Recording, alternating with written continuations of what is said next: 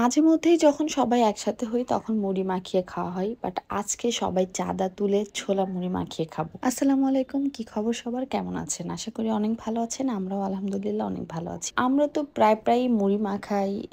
ফুপুদের বাসায় আসলে হচ্ছে সবাই একসাথে বসে ঝালমুড়ি মাখিয়ে খাওয়া হয়। তো আজকে সবাই মিলে প্ল্যান করলাম যে আজকে ঝালমুড়ি খাবো না, আজকে হচ্ছে ছোলা মুড়ি খাবো। যার জন্য ছোলা, পেঁয়াজু, আলুর চপ, বেগুনি এই জিনিসগুলো অনেক কিছু কিনতে হবে।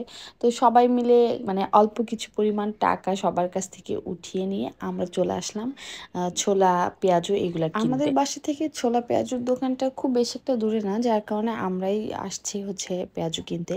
তো এখানে এসে আমরা এই যে ছোলা, পেঁয়াজু, তারপর বেগুনি, আলুর চপ এইগুলা সবকিছু কিনে নিয়ে এখন যাচ্ছি হচ্ছে একটা কোক কিনবো। আমার ছেলেকে ফুপুদের বাসায় রেখে আসছি, সন্ধ্যা করে বের হয়েছি, এর জন্য ওকে আর নিয়ে আসিনি, ফুপুদের কাছে ও খেলছিল।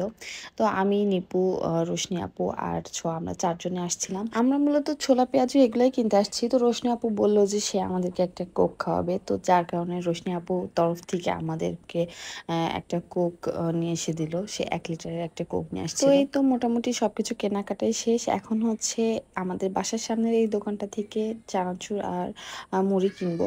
তো এটা কিনলেই অলমোস্ট সবকিছু কেনাকাটা শেষ হয়ে যাবে। বাসায় গিয়ে আমরা হচ্ছে ছোলা মুড়ি মাখাবো। এখানে এসে দেখি যে এখানে মুড়িটা শেষ হয়ে গেছে, শুধু চানাচুর আছে। তো মুড়ি কেনার জন্য রোশনি আপু আবার হচ্ছে আরেকটা দোকানে গেছে, আর আমি আর নিপু বাসায় চলে আসছি। তো নিপু এই যে ঝাল পেঁয়াজগুলা এগুলা সবকিছু কেটে কুটে দিচ্ছিল। একসাথে যখন আমরা সবাই মিলে থাকি তখন আমরা বেশ মজা করি, কিন্তু মানে এটা ওটা খাওয়া, বানানো, তারপর হচ্ছে লুডো খেলা, গেম খেলা, এই বিভিন্ন রকম জিনিসগুলা করি।